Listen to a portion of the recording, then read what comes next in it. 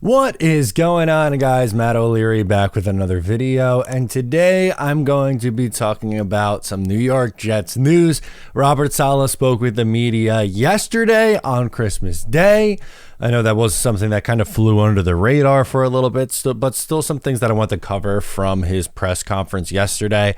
Hopefully you had a great Christmas with you and your family and friends yesterday, and also I hope you enjoyed my 12 days of Christmas video that I dropped yesterday for the New York Jets. But back to normal. Obviously, the New York Jets play on Thursday, so we have a lot of prep to do before Thursday's game, but wanted to talk about some big storylines. And we'll get started with Robert Saleh kind of admitting a crucial mistake, and it's really more of a overarching theme, not necessarily just him in particular, although he does play a role in it, but something that I personally just noticed from really honestly from Jump Street after the Aaron Rodgers injury. So here's the quote, or here's pretty much just what he said. Robert Saleh admits they could have done things better. Could we have done things better? I'm talking about myself and the coaching staff with regards to, all right, this is our worst case scenario. Now what? Absolutely. And it's something that we will make sure that we do a heck of a lot better with in 2024. So this kind of ties to something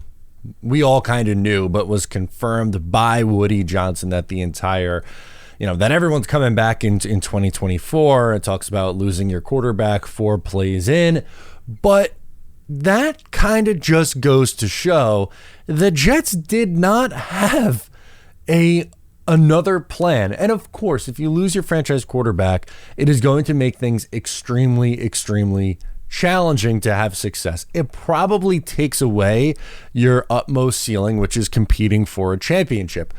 But it's not an excuse when you see teams like the Colts, the Browns, the Bengals, all staying relevant after losing their quarterback.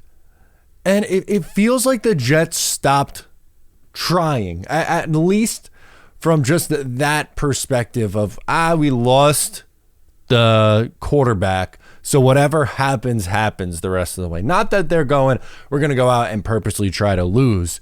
The guys and everyone is still trying, but when you look at what Joe Douglas did during the year, he threw us a bone by signing Trevor Siemian, threw the Jet fans a bone saying, we'll add Trevor Siemian, I guess. And then, at the trade deadline, offensive line is absolutely atrocious. So you're going to move a 6th round pick for Ezra Cleveland? No, we'll sign Roger Saffold, who is so underweight that he's going to spend the rest of the season trying to get up to weight, but you'll never see him, right? Like, they had no interest in activating Trevor Siemian. Unfortunately, got into a point where they had to play him. Doesn't look good. And then with Roger Saffold, with the number of injuries they've had on the offensive line this year, somehow hasn't found his way into a game because he's clearly not ready. I agree with it. They did not have a plan. Aaron Rodgers goes down 4 plays into the year, and they're like, all right, try again next year, and we'll just kind of ride this thing out. That's really a crappy thing to do. It is. And again, I'm not saying that the Jets could have, if they traded for Jacoby Brissett, that they'd be, a Super Bowl contender, but it felt like they punted away 2023, and I think that's the admission of the critical mistake. They didn't really have a good plan, which is, again, part of the reason why I think they've struggled so much.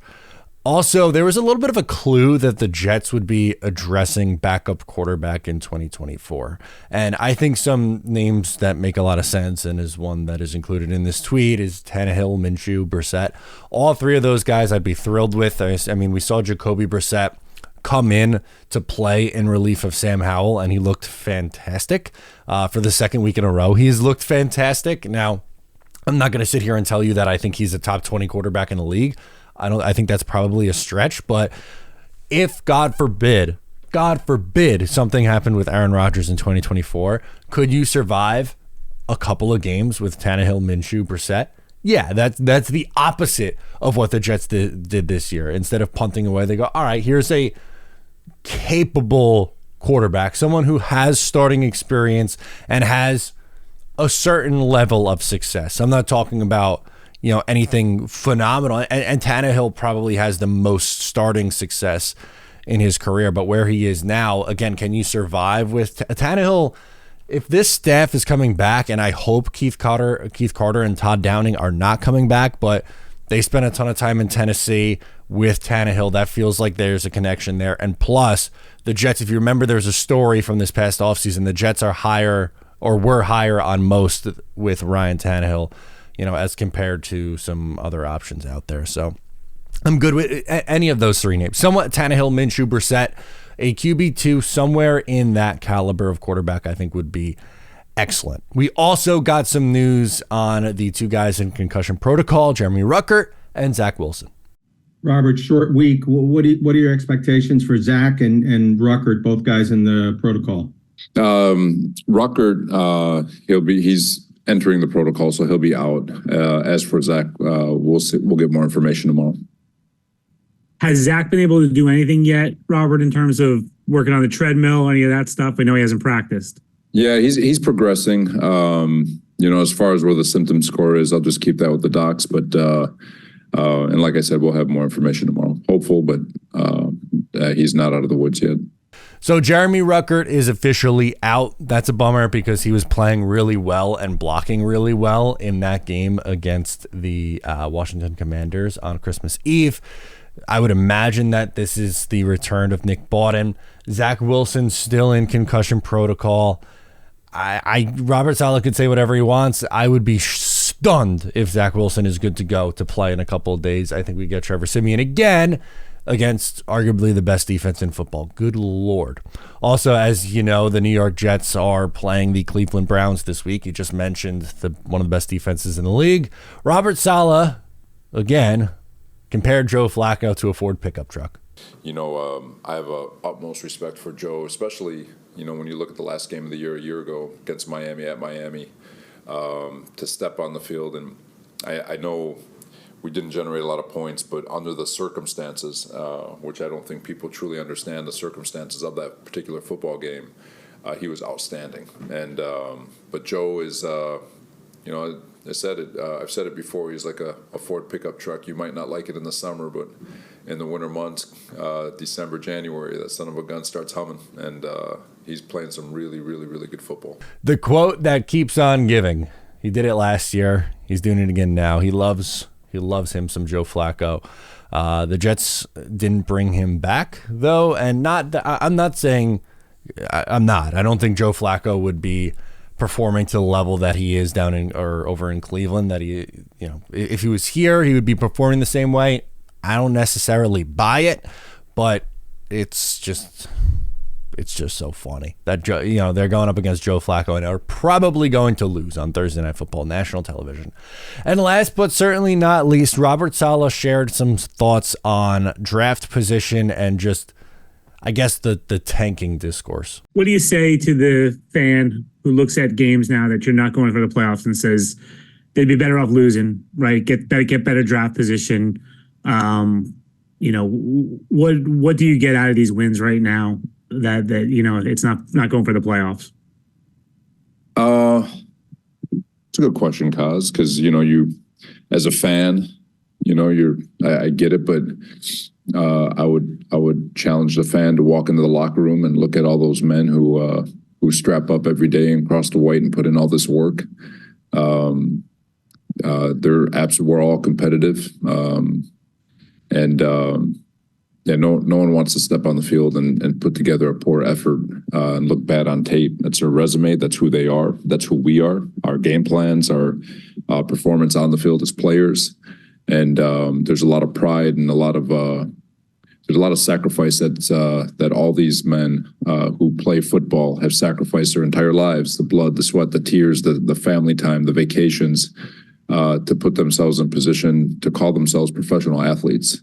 And while I get it from the fan perspective, you will never see a player ever think about anything other than stepping on the field, being his absolute best, and trying to figure out how to win a football game. Same with coaches.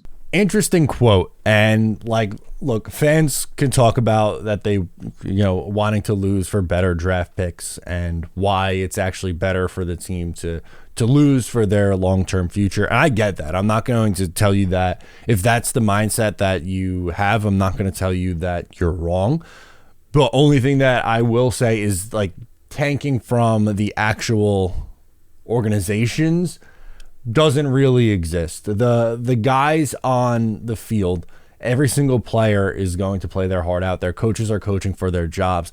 Their general managers and front offices could put their teams in disadvantageous situations by, moving off some pieces and really, like, again, trying more for the future. But no one's going up. It's 4th and 3. We're going to, purposely throw an incomplete pass here and turn the ball over. Like that shit doesn't happen. So again, I get it. The Jets moved back in the draft spot. They're now picking 9th, and I'm not really rooting for losses. I'm not really necessarily rooting for wins. I'm at the point now where I'm going into each game.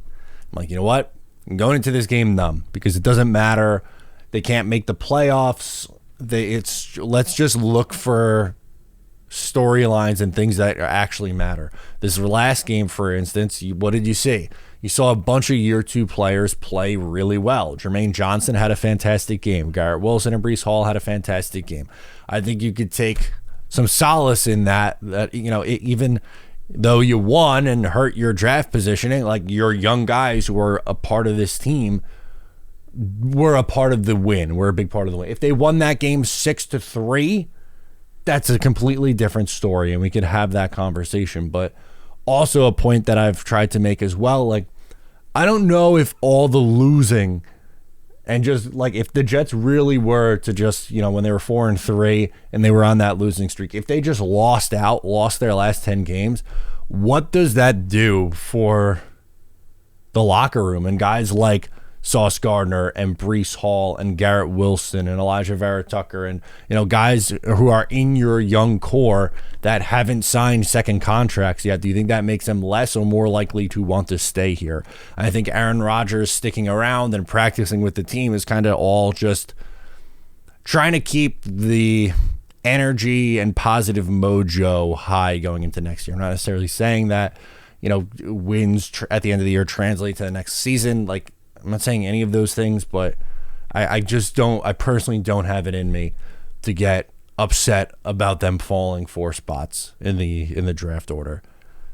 If Joe Douglas is find someone at pick 9. Like you still have the Jets still have a top 10 pick right now. There's going to be a good player available. Figure it out. That's where I am. Let me know your thoughts down below in the comments. Please make sure to subscribe if you're new. Once again, I'm Matt O'Leary, and I'll catch you next time.